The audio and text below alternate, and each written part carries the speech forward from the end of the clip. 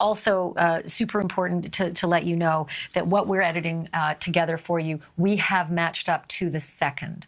So it is a perfect match of what Evan is doing live on television at the time that something's happening off camera and he's being told, you know, wrap it up. There's a news conference. Okay, so without further ado, let me show you what that looks like. Take a look.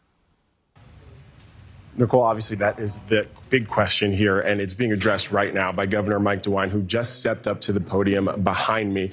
I did hear him say just minutes ago, good news for residents, but I cannot hear him at the moment. So we don't know exactly what that good news is going to be, but I can tell you this is a question that people have been wondering for days now, since Friday, essentially, when many people evacuated. Some people had to be out since Saturday, and hundreds of people are living in this 1 mile evacuation zone. And they've been waiting for days now for this news. They've been ordered to evacuate after all this happened. The derailment unfolded.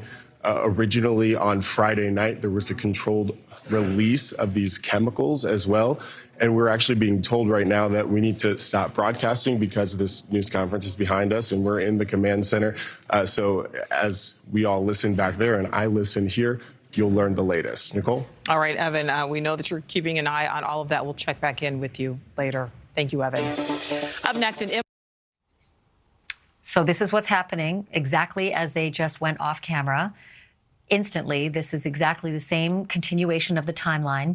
I don't know if you noticed it, but the woman in the Stetson there gave the sort of the cut to the neck to say, wrap it up. And Evan simultaneously said, we're being told to wrap it up. And then this ensued right after. So you're seeing the exact timeline of just how quickly he was, you know, told he had to leave the auditorium right after he instantly complied with the order to wrap up this report.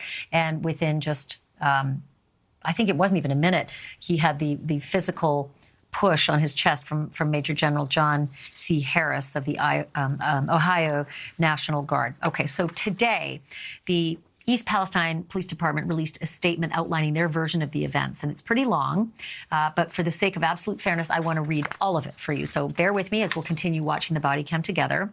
On February 8th, 2023, Detective Howder was present with other law enforcement officers at a press conference being held by the governor of Ohio and other public safety officials at the elementary school gym. This press conference was being held to inform residents of East Palestine of the safety plan for returning to their homes post-evacuation. Evan Lambert McMichael was reporting live from the rear of the gymnasium while the press conference was being conducted at the front of the gymnasium. Lambert McMichael's live reporting was loud, and two state highway patrol troopers, along with Adjutant Major General Harris from the National Guard, went back and advised them to stop their live reporting in an effort to ensure that all members of the media were getting the necessary safety information.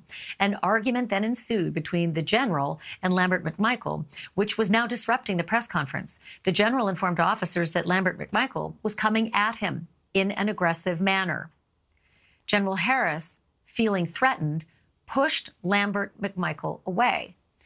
Sheriff Brian McLaughlin, Chief Deputy Jen Tucker, and Lieutenant Caleb Wyckoff, along with Detective Howder, then went back and advised Lambert McMichael that he needed to leave the gymnasium because at that point in time, the situation evolved into a physical confrontation and required law enforcement intervention.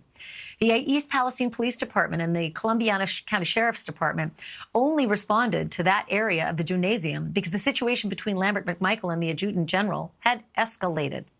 Lambert McMichael advised the officers that he was not leaving and was again advised by all three officers to leave the gymnasium. In an effort to de-escalate the situation, Lambert McMichael was asked to step outside and talk with an Ohio State Highway patroller. Trooper Detective Howder also asked Lambert McMichael to step outside and talk, yet Lambert McMichael refused. The East Palestine School District Building and Transportation Supervisor advised Lambert McMichael to leave the building, and again, Lambert McMichael refused. With all reasonable means to de-escalate exhausted, Detective Howder and Chief Deputy Tucker attempted to escort Lambert McMichael from the building so the press conference and safety plan announced could continue without delay. Again, this is the statement from the police about what you're seeing on the body cam.